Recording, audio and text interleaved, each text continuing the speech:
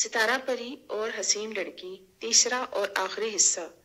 साथियों, आप ये तो जान ही गए होंगे कि सितारा परी ने हसीन लड़की को उसके सारे दिन की कार्रवाई देखने के लिए उस पर नजर रखी हुई थी। उसने देखा कि नाश्ते के बाद उस हसीन लड़की ने अपने मुख्तसर और सादा से झोंपड़े की सफाई की, झाड़ू लगाया, अपना और अपने वालिदैन का बिस्तर झाड़ के दोबारा सलीके से बिछाया और झाड़ पोंछ के बाद नाश्ते के बर्तन धोने के लिए इकट्ठे किए और झोंपड़े में मौजूद जखीरा किए हुए पानी से बर्तन धोए।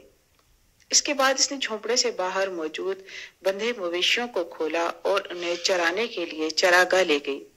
इसके हसीन चेहरे पे मासूम मुस्कुराहट का मुस्तकिल बसेरा था। वो अपने तमाम कामों को बहुस्न खूबी और खुशअस्लूबी से अंजाम दे रही थी। कामों की अंजामदही के दौरान उसके चेहरे पर नागवारी और नाखुशी का शाइबा तक न था। अपनी भेड़ों को चराने और उनसे मोहब्बत भरी बातें करने के बाद वो पानी का बर्तन उठाए झील की तरफ रवाना हो गई।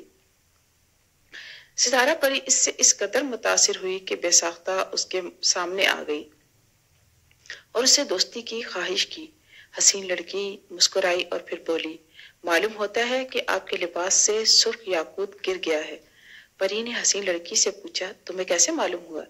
लड़की ने अपनी मुट्ठी खोली और सुर्ख चमकता दमकता याकूत परी के हवाले किया और बताया कि ये मुझे अपने घर के करीब जमीन से मिला है और ये कीमती पत्थर सिर्फ आपके लिबास में ही टंगे हैं।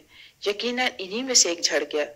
परी ने लड़की के हुस्न और ईमानदारी की बेहद तारीफ की, मगर लड़की बेनियाजी से अपने कामों में मगन रही और जलाने के लिए खुश्क लकड़ियां जमा करने लगी।